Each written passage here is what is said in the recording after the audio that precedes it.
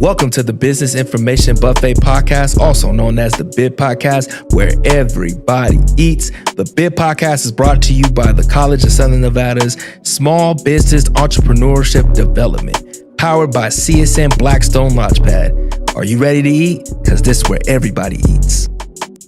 Welcome back, everyone, to the Business Information Buffet Podcast, also known as the BIB Podcast, where everybody eats. Powered by Blackstone Launchpad here at the College of Southern Nevada. I'm your host, Tory, with our other host, our Blackstone Launchpad student, my good sir, Chordonn Allen. How are you, good sir? I'm good. How you doing? Man, you know, it's always a beautiful day when we get to wake up, we get to do our thing, man. Right? Such a blessing. It's a blessing, man. And as you know, Blackstone, a great company that does a lot with it across the U.S., used to own the Cosmopolitan. They actually built the Cosmopolitan, but has a great initiative across universities and colleges across the U.S., housed here at the College of Southern Nevada to help student entrepreneurs learn the ins and outs of how to operate businesses, right? And I know you're one of the students who participates. Right. And we talk about this every episode, and really that's the new driving force for the BIB Podcast. Right. So how has that been for you, being a business owner yourself and being a part of Blackstone? Just continuing to grow, man. Every day is something new, meeting new people, learning new things about the business. Every time I come, I'm eager to learn more. Looking forward to the next one. We go. And today's episode, I have a great feeling about this episode. Today's episode is called Milo Floral. I had to be I was gonna be extra, but I liked, it's a French word. Floor.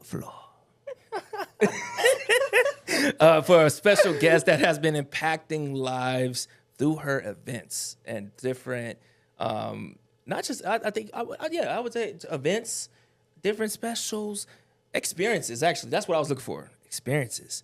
This phenomenal person, this phenomenal woman, and if I can ask, because we have to make sure, is that how you identify, ma'am? Yes. Cool. Of course. Respectfully. Of course. Gotta respect. Yes. Gotta respect how folks are. This beautiful ma'am here. And by the way, I did promise this. Outfit is phenomenal, so shout out to her brother who styled her up. Shout out to the stylist. Shout out to the stylist. Outfit is this. phenomenal. Yes. Our beautiful guest today, born in Corona, California, Mexican-American, based in Las Vegas, and frequently moved around Mexico and the U.S. in her childhood and in adolescence, eventually moved to Las Vegas, where Lopez, our guest, would help her mom clean up after floral designers at MGM Mirage in Las Vegas. Paid architect school. Through hard work and dedication, she began networking with industry leaders and built her own business from the ground up. Along the way, she discovered her love for floral design and architecture. Picked up valuable business skills that would prove to be useful in the future, and spent time being missionary abroad in Eastern Europe and Asia. Oh, she's international. Wow. She got that passport and them stamps. We got a foreign exchange guest today. A foreign exchange. International. She said, what Drake say? What are those international lines? Allowing her to learn more about the people living there and challenges that they face. So everyone, please give a round of applause to our special guest, Miriam Milo Lopez. How are you, ma'am? What's up? How are you, ma'am? I am doing so well. I'm excited to be here and be able to chat with you guys. And Come on. this is a new avenue, like a podcast. It's my first podcast. It's your first podcast? Yeah. We got her! Yeah. It's the first one! The first time. Yeah. It's the first timer! You guys are gonna teach me how to do this because I've been a fan of podcasts before, and that's actually what I use for when I'm deep thinking. I need someone to sometimes walk me through their stories and stuff, and it hits me. But now that I'm on the other side, it's like, whoa, interesting. Right. Yeah. Now Now I'm people here. gonna be listening to you. Oh man. Yeah. I'll try to put my thoughts together, guys. So I apologize in advance. No, you're good. For So one, good. let's say this: you deserve to be here, and we thank you for being here because we know you're a busy woman. Okay, when Adanya recommended you, I was like, okay, let me look her up. I'm looking on your website. I'm looking up the IG, look, LinkedIn, all. I'm like, oh, she's out here, and I'm like, okay, loving what you're doing, by the way. But let's go into the first segment, which is the blueprint, right? And the blueprint in this segment, this is how we discuss with our guests how you got your start for your blueprint, how you designed it, how you orchestrated and how you designed it, right? And this gives us more of an insight how it developed, right? Where you got your start, what motivated you, gave you all those things, right? So tell us, Miss Milo, tell us where'd you get your start, and where'd you get your start? What motivated you to start your business, and where did it go? Okay, so I guess it all started with my childhood, like that you don't have control of people's older decisions and stuff, and I was honored to have great parents.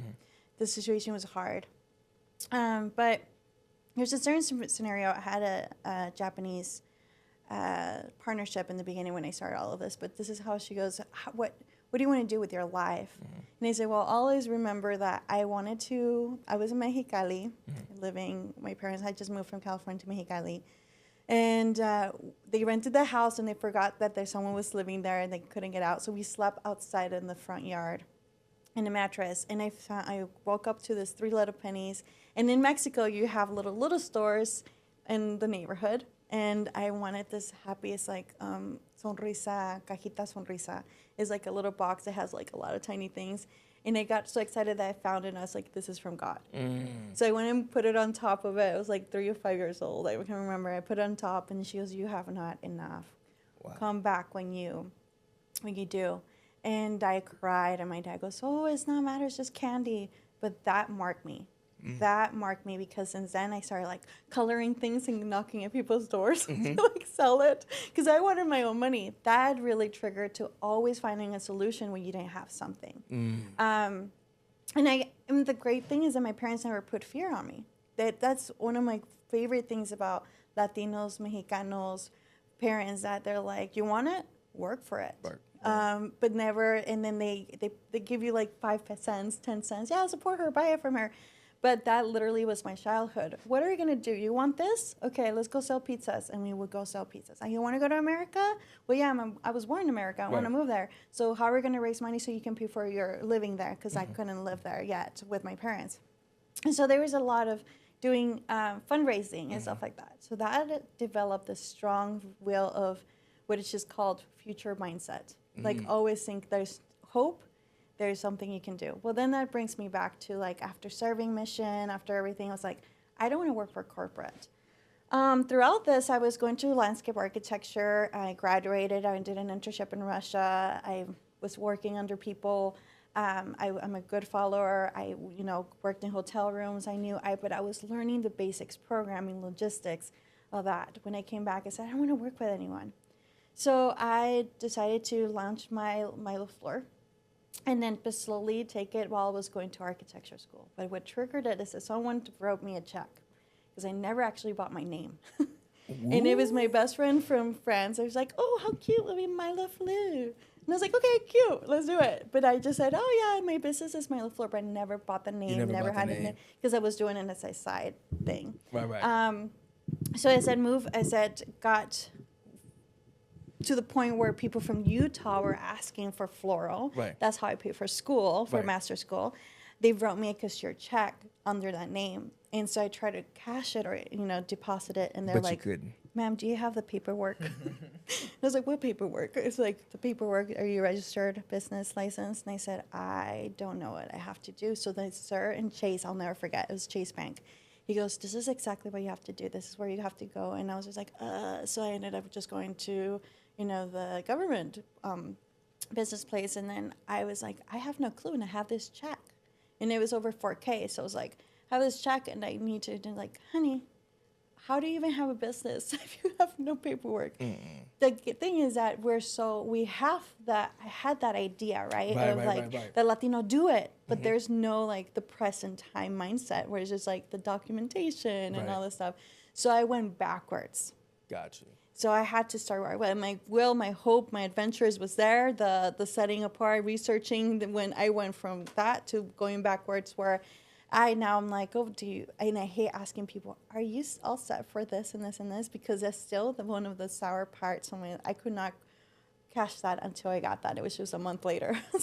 Because I didn't understand even the taxes. Like, I was just like, no. So anyway, so that's how I set up.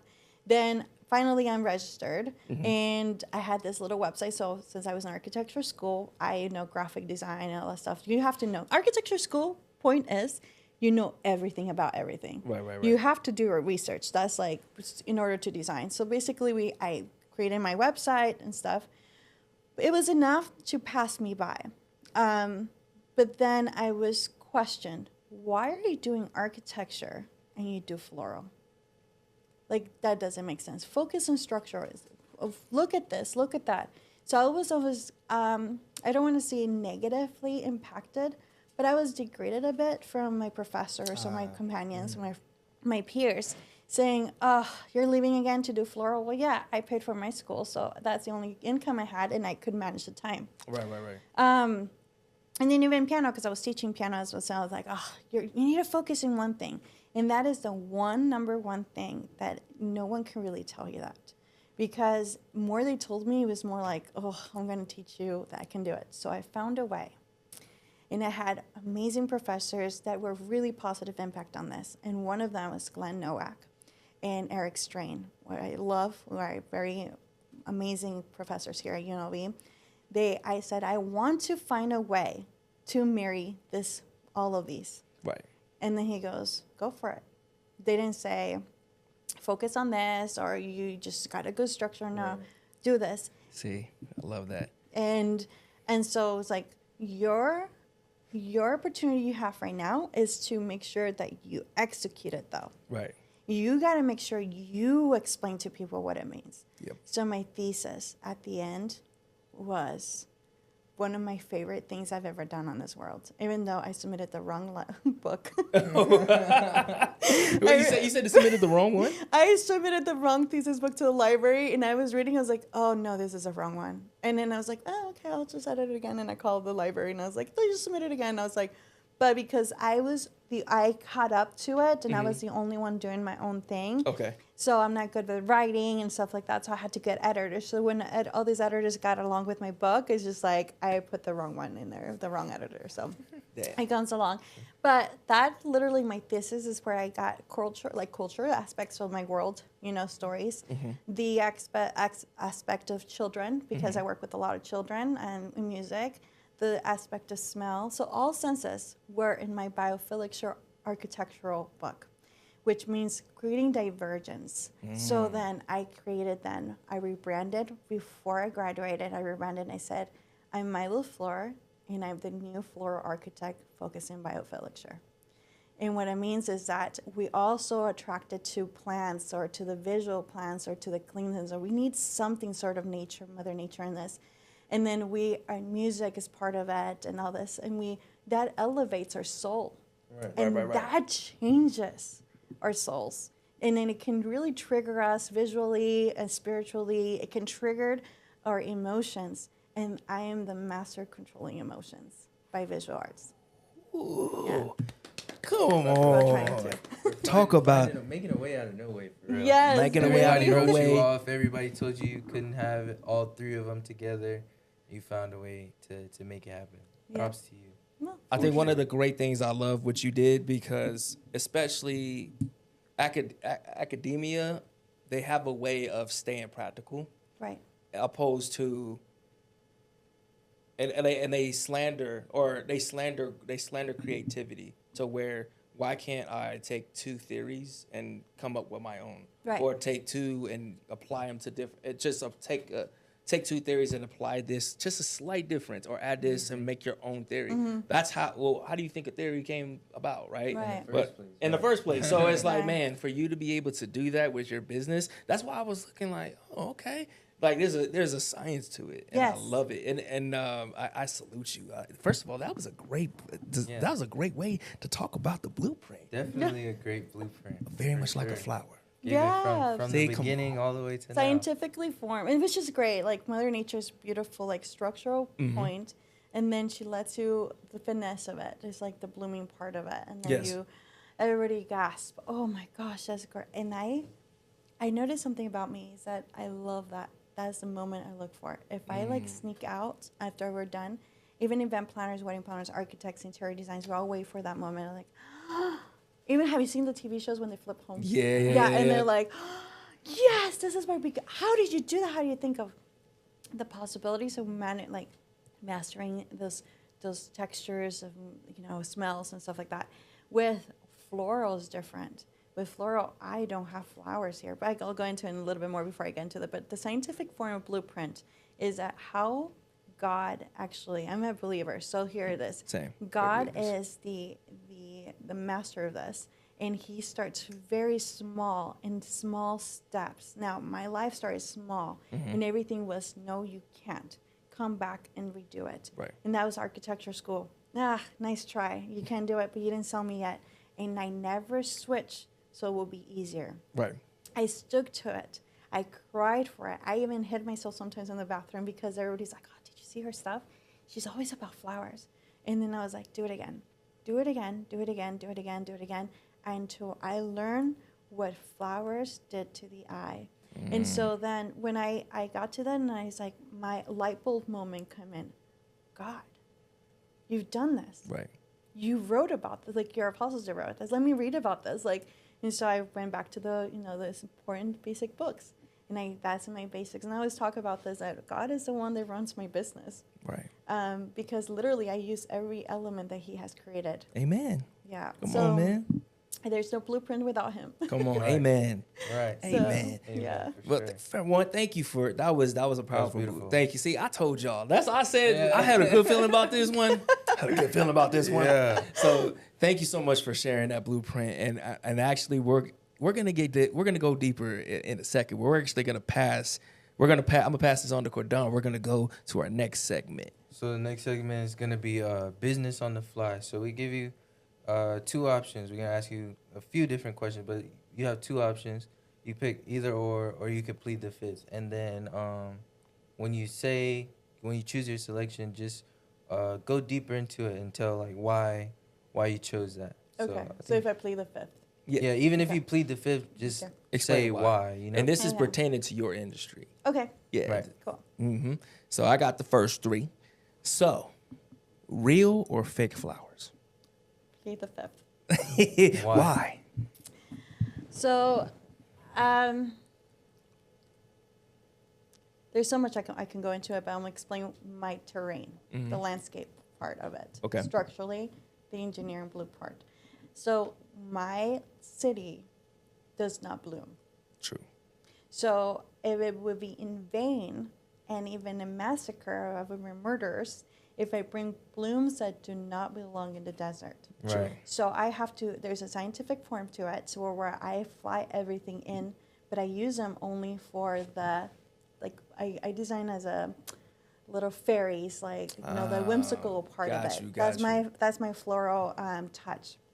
If it's a structure more like forms, I would do more of the silks, but it depends on the visual art of where the people are going to be setting or touching or living. So if it's a place where it's like 2 or 3 feet, I suppose it will be more of the real flowers. Okay. If it's high and above, there's no reason to be having real flowers, and it also is cost effective. Yeah. And it doesn't hurt the environment that much. So it's a little bit sustainable, even though silk flowers also are not sustainable to your point. So it's a catch-22 in our industry with being sustainability. And I am such a passionate about being sustainable, not hurting the earth or over-abusing it. But at the same point is we take what we can to be able to elevate us. So for sure. I hope that answers that. No, it definitely does. Okay. No, it gives us a perspective that many don't think about, because say if we're thinking about a wedding, or if we're thinking, it depends where you're at, and especially if people grow here, that's a challenge too. Growing in Nevada, growing any plants in Nevada is a challenge in itself. For sure. Because my dad's from Athens, Georgia, and he's somebody who grew up on a farm. He loves to grow, and he's been here long enough to know when to grow. Yeah. And it's like, I'm like, I don't know how he knows how to do it, but he knows how. And when he knows he builds those little those forts, the greenhouses and all that, but he figured it out. But it's something you like for someone like me who's not knee deep into planting or any of that, you wouldn't think about, especially not understanding your environment and what type of plants going to. So yes, it answers the question. My next one, entertainment or corporate events. So like entertainment events, I would say like that would be like a wedding or that would be like a proposal. I saw that on your website. So those type of events or like a corporate event that's like a conference or something. I play the. See, dang. Now I feel like I put you in a pickle. Yes, because it depends the approach I have. So if it's a corporate, I don't get much to design. Mm-hmm. It's very minimal, but yeah, it's the simplest way to do things. Okay. And the main focus it overall, more of the aesthetics and furniture looks good. Okay. So I'm more of like the accent design, right? The accessories. Yes, accessories. Yes. Unless they want a structure installation, then it becomes a different, like the Grammys. When I did the Grammys, that was my favorite part, but I got to design with them. But I love the opposite as well, which is like the weddings and stuff, when I get to sit one-on-one with a client. Mm-hmm. And my favorite part is grabbing a white piece of paper and start doodling. I call it my doodle scratches. And she's talking, I start doodling, and that's what my favorite part is. And then all of a sudden I turn around, she's like, yes, but it's just doodles. Right. Yes, that's all I wanted. That's perfect. Then I grab the paper, and then I drop it, and then it's a whole scheme. The power of pen is more effective. Even in my studio, in my group, they were like, how did they go from doodles to chicken scratch to that emphasis? Mm-hmm. So that's why I played the fifth. Okay. This is different. No problem. Now, this one, I'm interested to see. 1099 or W-2s for your employees? 1099s. Okay, why? So 1099s have a more responsibility. Mm-hmm. W-2s just come to 8 to 5. Okay. I don't need 8 to 5s. I need 1099s who also are, I don't want them to just focus on my business. I need them to be working on their own stuff. And so like they come bring more to the table. Mm-hmm. And I like when they start establishing like, Milo, I'm not going to be able to attend to this because I'm going to school. I'm an advocate for school. So I'm like, yep, go for it. But I need you to come back for this because I had to go like that. I was a 1099 most of my times working, except when I was working corporate. But I was on call, which helped me still go to school. But 1099s for sure. For sure. So hotels or restaurants, as far as, I guess, doing what you do in those spaces? Which one would you rather? So, because our hotels have restaurants I work in, so. Oh, okay. It's true. Yeah, like I got. If you had to prefer. Okay, I say hotels. Okay. Yeah, why? Because they have a bigger traffic. Oh, that's true. That's true. Yeah. They have bigger traffic. It's more space. They have a more elegant place. As for a restaurant, I will have to go with mostly silks because of the temperature and the climate and all that stuff with their heating parts. I have to look into the climate situation in their homes. In hotels, it's a wherever they need that extravagant Instagram moment is what is really cool. Gotcha. Yeah. Indoor or outdoor weddings? Definitely in Vegas, indoor. It is so sad how the climate has changed rapidly. Mm-hmm. And I don't know if you guys remember last year, it was November-ish.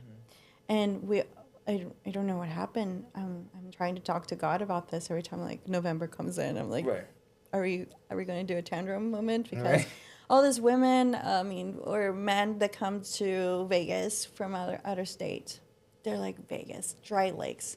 People are fascinated by dry lakes, and they don't understand that there's like little mini twisters in there. Yeah. There's us holding it, and so never outdoors. I will actually, in fact, I charge more to be outside. Makes sense. Makes sense though. I mean, It's hot. I think us who either born or lived here for so long, we get it. Definitely. And we're like, heck no. Like, I don't care what time of the year. Like, Exactly. we're not doing that. Yeah, maybe April 5th is the Possibly. only day. The only day of spring that we have Yeah. every That's it. year. But other than that is bipolar We as get well. one day of so- spring a year. That's yeah, it. one April day. 5th. That's it. Correct. Yeah. Correct. Roses or sunflowers? Roses. Roses. Why? I'm not a wildflower person unless I dance. It's very structural. It's a very elegant. It's a land art flower. Land art is like by themselves. They don't really play well with other flowers. They are very alpha, and their stems are super huge. Yeah, that's true.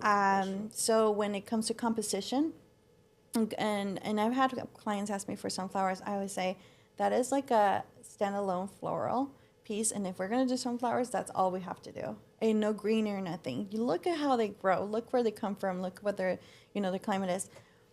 Flowers, roses have a tendency to be able to play with others, and they're a group. I talk about them like they're self personalities, but they do have personalities. So yeah. Right. Okay, so now we're gonna go into the next segment, which is the legend. So we talked about the blueprint. But when you look at a blueprint, there's that tiny box in the bottom corner that's the legend, and it gives you all the details and stuff. Right. So basically, we just gonna ask you a couple questions to pick your brain and go into detail about what you do. And the first question I had was, like, you mentioned like climate and how the plants like react to being around other plants. Were there some kind of like science classes or anything like that that you had to take along the way, or like where did you get all that knowledge from? Yeah, so my bachelor's is in landscape architecture. Okay. So I literally took a lot of exterior classes about plants. I actually took a CSN here because they don't offer that UNLV for some reason. Right. I didn't. It struggled a bit when I was from the 1990s. So we partnered up a lot with CSN. So all those plants you guys see around them, I know the names, like, because they quiz us all the time. Oh wow. Yeah, but those are not the plants that people want, right? So I would have to. Actually, it was at when I worked at when I discovered more, like, oh, there's more different flowers from Holland, Peru, Central America.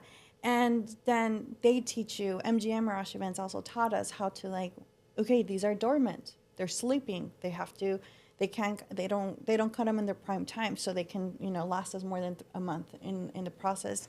So I learned that through not school, but through work.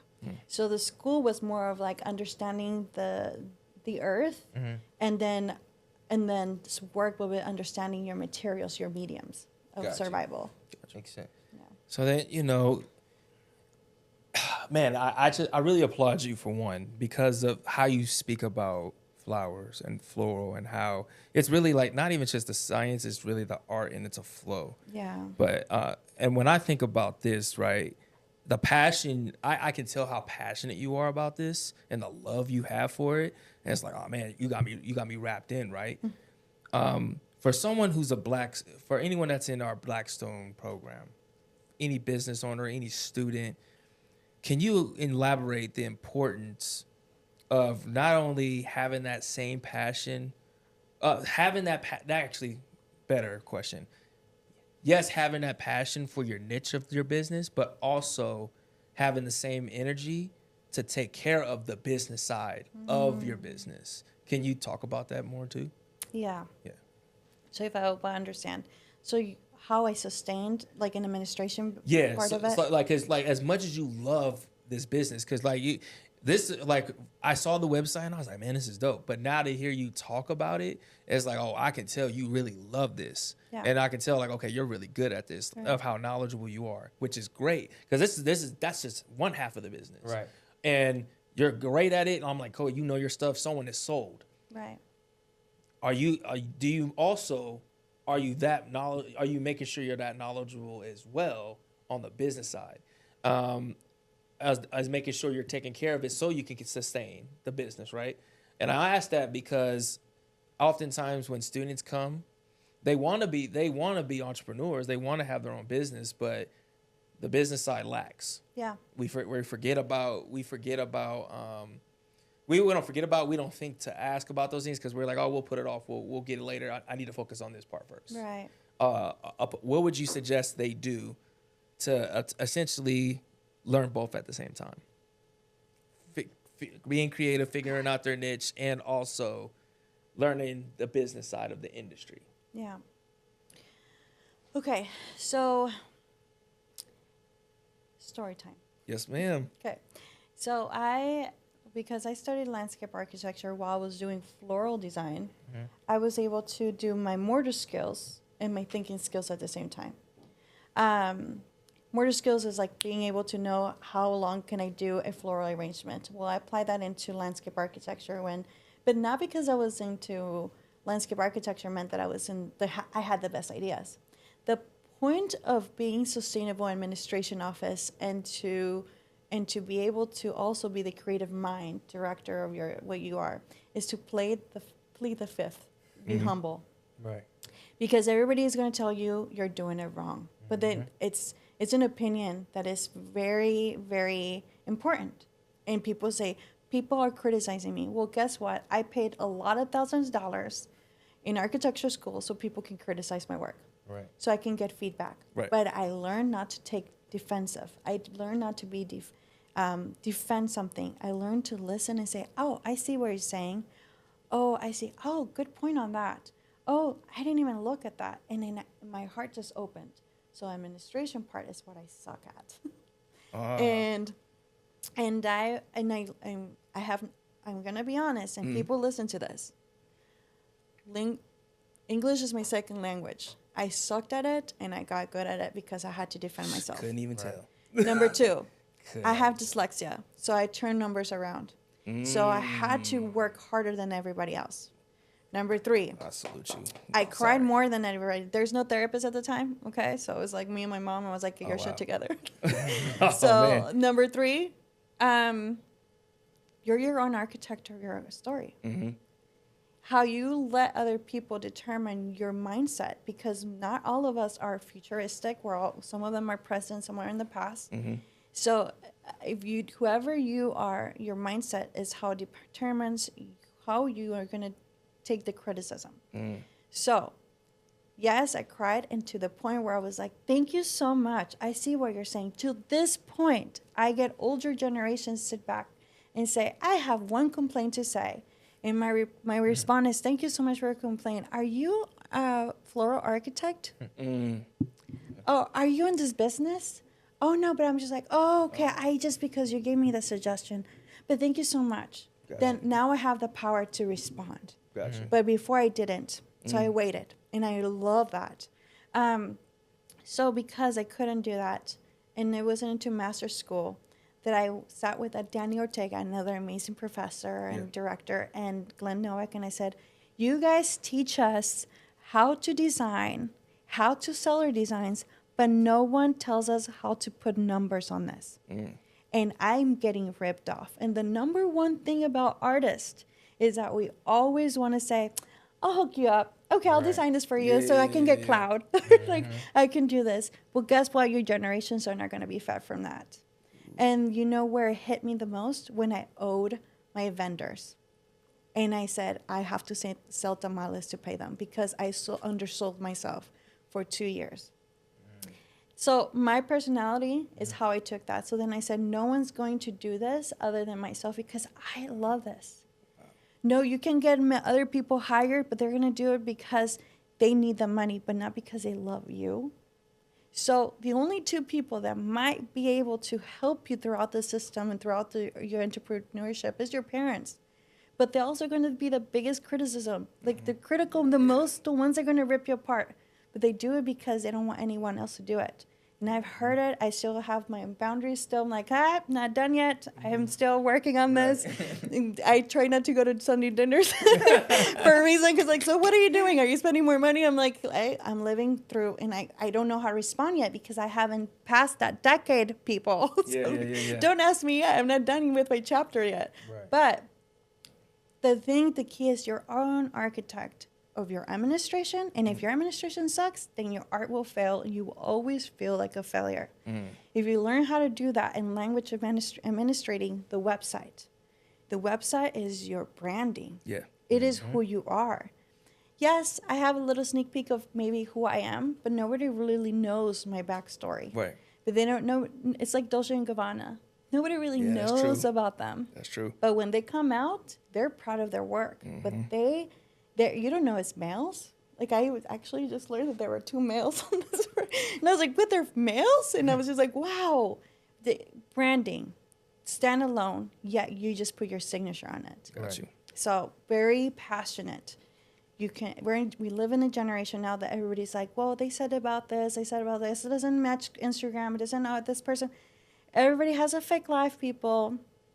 Not until they're real. That's part. And the most important one, and I don't know if you believe in God or not, but if you believe in something, make him your guidance, because he's the only one that will guide you truthfully. Snaps. She dropped the mic on y'all. Man, listen, Milo, thank you for coming on our show, man. Yeah. You really blessed the mics on this podcast today. Definitely. Like, I felt that. And I felt that stuff. Yeah. I'm like, yeah, God spoke to me today. I'm about to read my devotions. Got to read my devotions today. I didn't read it this morning because I was trying to prepare for this show. Now I'm like, dang, I got to go into my Bible. Yeah. Right. It's beautiful words that will never, ever deceive you. Amen. And on that note, we're going to go ahead and transition to the last segment of our show, which is the happy hour, which we're going to take a toast to success, fulfillment, and what is going on great within our lives. And we're going to start with you, Ms. Milo. Okay. What is going on great within your life that we can all take a toast to? Actually, I'm proud to say that I have won some architectural bids through Bielefeld, and after a year and a half after graduating, it's a big thing to have. Right. When everybody doubted me. So, congrats. Man, come on. Yeah, it's okay. But God. It's a different world for a lot of people, so it's good. Amen. Congratulations. Thank you. Thank you. How about you, Chordonn? Just new business opportunities, you know.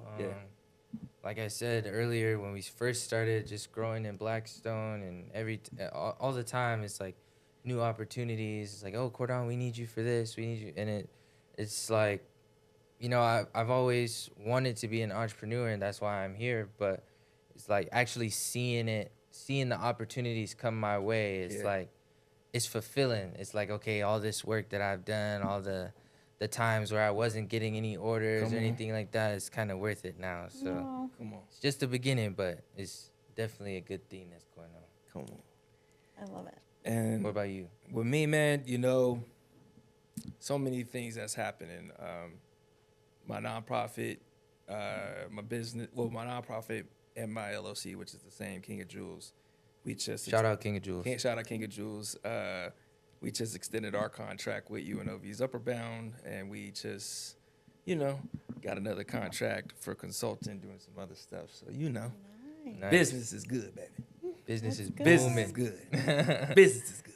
I love that. Great. So cheers to you all. Cheers. Tip there. Yep. I had to reach. That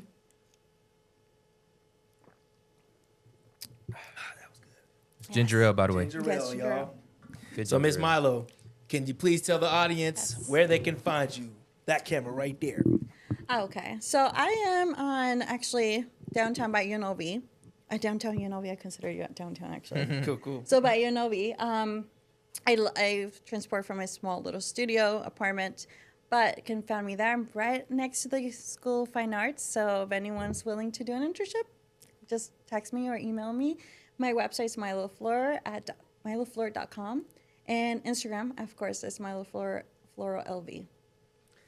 Man, thank you so much for coming on the show. It's truly been a blessing having you. I am so glad. Loved your energy. Thank you. I appreciate you guys. Episode for sure. Definitely a great episode. Definitely felt that. So on the behalf of the Business Information Buffet Podcast, also known as the BIB Podcast, where everybody eats, we will catch you next time. I'm your host, Sean Tory, along with Chordonn Allen. Thank you all for joining us. We appreciate you. Thank you again, Milo. Thank See you guys. you all next time. Peace.